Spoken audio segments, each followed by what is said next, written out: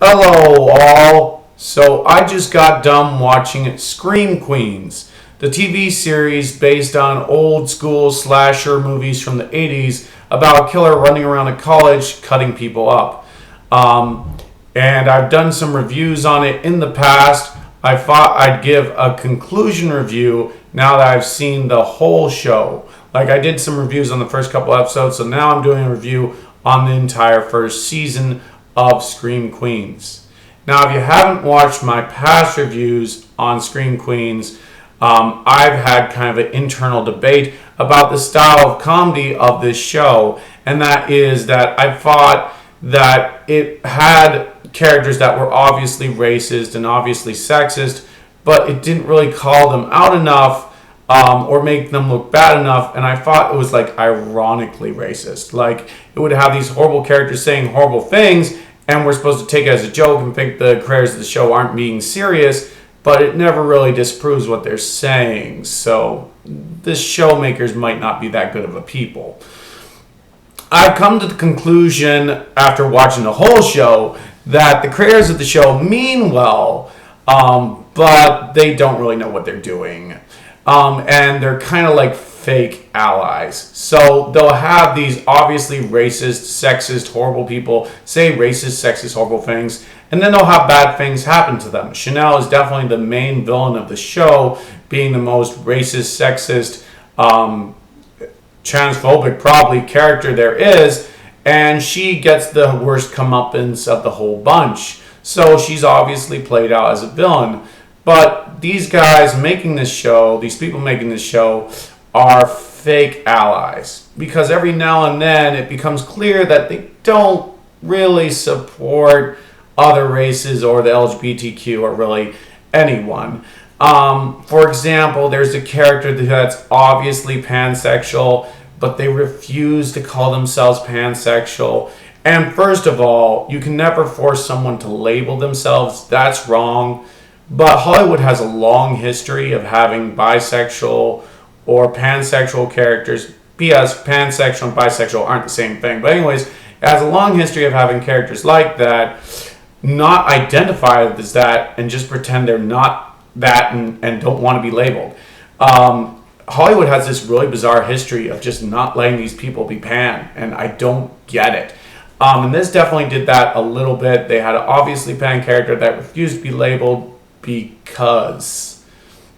Another problem was, of course, all the snide and snarky comments at the end about feminism, which really weren't clever at all and really do just make it seem like the showmakers are a little bit sexist. Just maybe.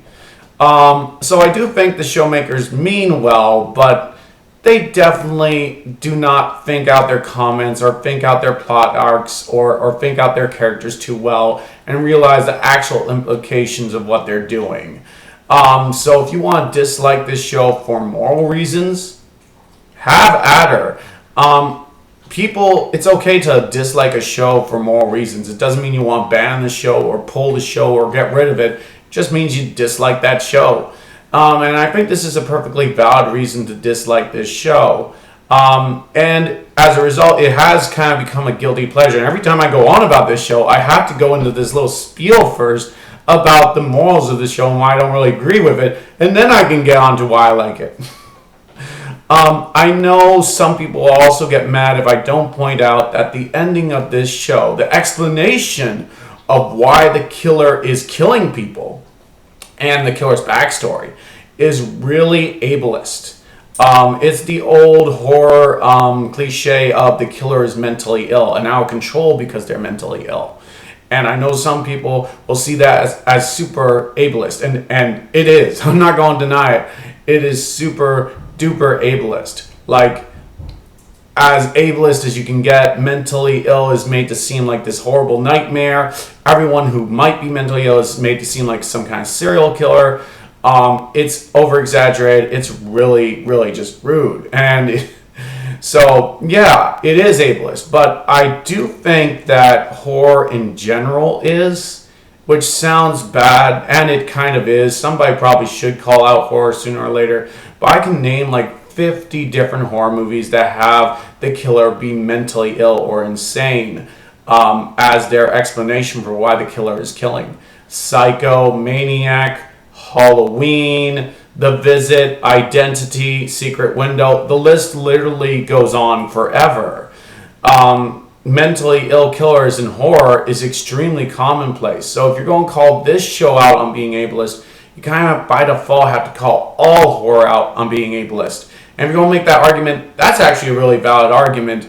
I'm just saying, if you're going to make that argument, you kind of have to make it against all horror. I'm sorry, it's a shortcoming of all horror. I'm not going to defend it. I do think somebody has to call it out sooner or later. I'm not sure if it ever will be called out, though. We seem to be very comfortable with being ableist. Like, every time a mass shooting happens, we say the guy has to be mentally ill or the killer has to be mentally ill when they're typically not, when they typically have a very clear motive. Like, they post a video online saying they're sexist or they're racist and they killed all these people of a different race because they're racist or they hate a certain religion. Like, they spell out their motive really, really clear. And then the news stories about the shooting, they completely ignore the fact that this video was posted online, and they say, oh, they had no mental, they had no motive, they must have just been mentally ill. And that's it. And that's kind of the mentality of this show too. The killers have a motive. Their mom died and they're really ticked about it. That's a motive. That's a perfectly understandable motive. They don't have to be mentally ill. Their mom died and they want revenge. That's as clear cut as you can get. But no, they're also mentally ill. It doesn't have to be there. They have a clear cut motive. Their mom died. But yet, once again, no, that's not actually their motive. They're just mentally ill. No, their mom died. They want revenge. That's a perfectly understandable motive for murder. I get that. Anyways, yes, there's perfectly legitimate reasons to not like this show. Those are the reasons. And there's perfectly legitimate reasons to love this show. This has definitely become one of my ultimate guilty pleasures. It used to be heavy metal, but this has kind of dethroned that as a massive guilty pleasure of a show I just love, but I can't stop complaining about. And you'll see that in all my videos. The ending of this show was phenomenal. A fantastic, brilliant ending that any horror movie fan would love. Because in this, big spoilers, the villains win. Okay, they win. Now, in horror movies, sometimes the hero dies, and sometimes, it has a sad ending. But the villain still doesn't technically win. In this, not only did the villain win, they did a victory dance. They achieved all their goals, and their killing spree literally made the world a better place in the end. It would be as if Nightmare on Elm Street ended with Freddy Krueger killing Nancy, coming out of the dream world, and then literally everybody giving him a high five for doing such a good job. That's how this ends. The villain just doesn't win. They do a freaking victory dance and have a beer and cheer themselves on, and everybody else joins in. That's how it ends. And it's one of the most unique, cool, interesting, awesome endings I've ever seen attempted in horror. And they win. Like, they just completely win. It's awesome. I also can't stop loving all the random references to horror movies. Like, literally every episode had at least 4 or 5 references to horror movies that I love, which was awesome. The creative camera work was awesome. Some of the jokes, though a lot of the comedy was problematic, some of the jokes really were funny. I laughed off and on quite a bit. So it did have a couple funny moments. It did remind me a lot of campy horror movies like Dead Alive or Brain Damage, and I had a lot of fun with those things. And I gotta once again say, like I said in my past reviews, that the Red Devil is such an iconic killer. And the fact that they won at the end of this, they literally won, doing something that Jason Voorhees or Freddy Krueger or Pinhead has never done, makes them this unbelievably iconic killing machine of a character. And I've heard in statements that Scream Queens is going to become an anthology show, and the next season's going to dump the Red Devil and act like that never happened. They cannot do this. You cannot dump such an iconic character as that. She has to come back. I know I'm giving more spoilers of who the killer is, but she has to return as the Red Devil. She has to be back. She has to do her thing, because that was such an iconic character, such an iconic villain, and the fact that they pulled everything off was just so mind-blowing. It was awesome. Now, one con that I think some horror fans will actually agree with and won't roll their eyes out like my complaints about the comedy is the fact that this show started out kind of very violent. The first 2 or 3 episodes had a lot of really gory deaths, and then after that, every episode had a death, but all the deaths were either off screen or simply a stab to the back with a butcher knife, no blood. So it almost feels like they were making the show they wanted to make, and then the producers stepped in and said, this is too violent for TV, you guys, you gotta hold back a bit. And they did. So it does feel like the ratings cracked down on this show, and we'll never see the show the way it was really supposed to be, which kind of sucks.